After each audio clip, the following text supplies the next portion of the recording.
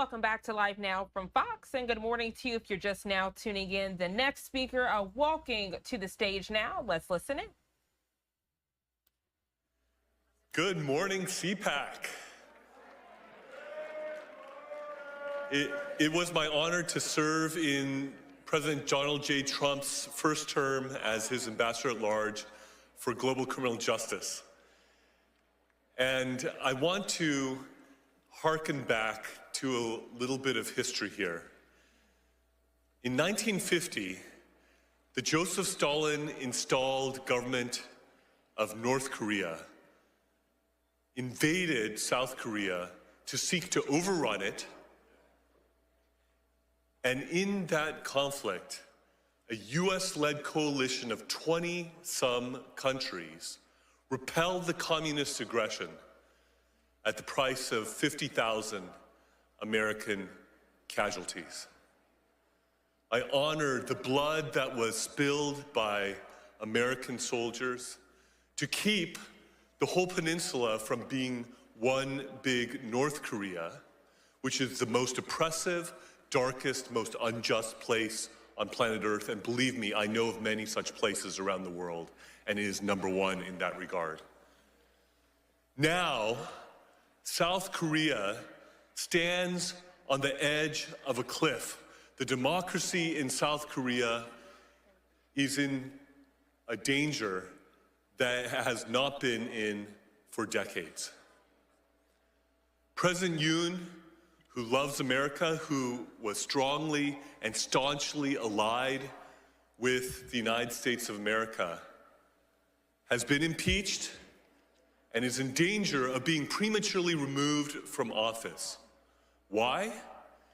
Because he had the courage to stick out his neck and say that there are things that are amiss in South Korea because there have been many indications of election fraud.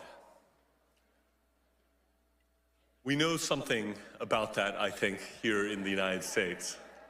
And there is a parallel situation going on.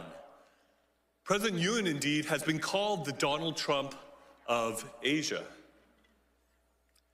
And he declared martial law in order to try to seize evidence in regards to the election cheating that he believes has run rampant and has given the Liberal Democratic Party in South Korea an overwhelming supermajority in South Korea that they have used in legislative tyranny to overrun the country, to give a haven to North Korean spies, to welcome the influence of the Chinese Communist Party. And they are rushing through a conviction process potentially before the Constitutional Court that if 6 justices on that court vote to remove him from office, he will be prematurely removed from office even though he was the duly elected president of Korea by the people of South Korea.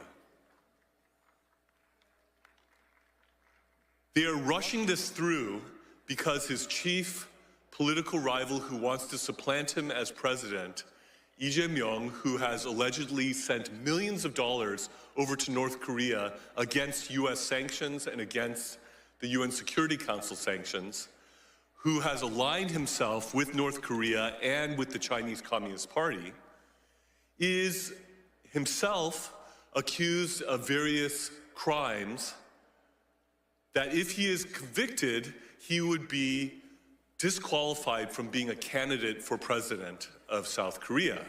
So there is a legal and political race going on to try to convict and remove President Yoon before Lee Jae-myung is disqualified for running for president of Korea in the emergency election that will ensue if Yoon is removed.